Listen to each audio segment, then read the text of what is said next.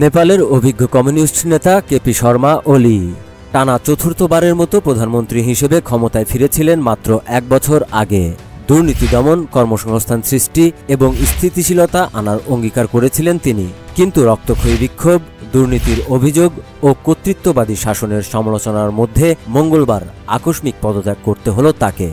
বার্তা সংস্থা রয়টার্সের এক প্রতিবেদনে বলা হয়েছে, এই পদত্যাগ আধুনিক নেপালের রাজনৈতিক অস্থিরতার প্রতিচ্ছবি। গত 2 দশকে বহু উত্থান পতনের সাক্ষী দেশটিতে ওলি ছিলেন রাজনৈতিক নাটকের অন্যতম প্রধান চরিত্র। একজন কিশোর বিপ্লব থেকে 4 বারের প্রধানমন্ত্রী। কাঠমান্ডুতে সোমবারের বিক্ষোভে নিরাপত্তা বাহিনীর গুলিতে অন্তত 19 জন নিহত হন। এর পরদিনই পদত্যাগপত্র জমা দেন ওলি। বিক্ষোভকারীরা আনন্দ প্রকাশ করতে গিয়ে তার ব্যক্তিগত বাসভবনে আগুন ধরিয়ে দেয়। নেপাল বিশ্বের দরিদ্রতম দেশগুলোর একটি। রাজনৈতিক অস্থিরতার কারণে বিদেশি বিনিয়োগ আসেনি, ফলে অর্থনীতি ঘুরে দাঁড়াতে পারেনি। কর্মসংস্থানের অভাবে লাখো তরুণ মালয়েশিয়া, দক্ষিণ কোরিয়া ও মধ্যপ্রাচ্যে কাজ খুঁজতে বাধ্য হয়েছেন। এই বাস্তবতায় দেশের তরুণদের মধ্যে ক্ষোভ আরও বাড়িয়ে তুলেছে। ভারত ও চীনের ভূরাজনৈতিক প্রতিযোগিতার কেন্দ্রবিন্দুতেই অবস্থান করছে নেপাল।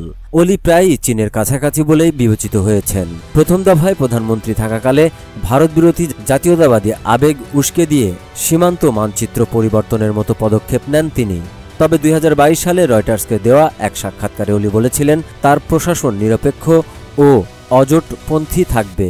ওলি সরকারের পতনের পর দেশটি আবারও অনিশ্চয়তার মুখে। তরুণদের ক্ষোভ, সেনাবাহিনীর ভূমিকা এবং রাজনৈতিক দলগুলোর অবস্থান সবকিছুই নেপালের ভবিষ্যৎ পথচলাকে নির্ধারণ করবে।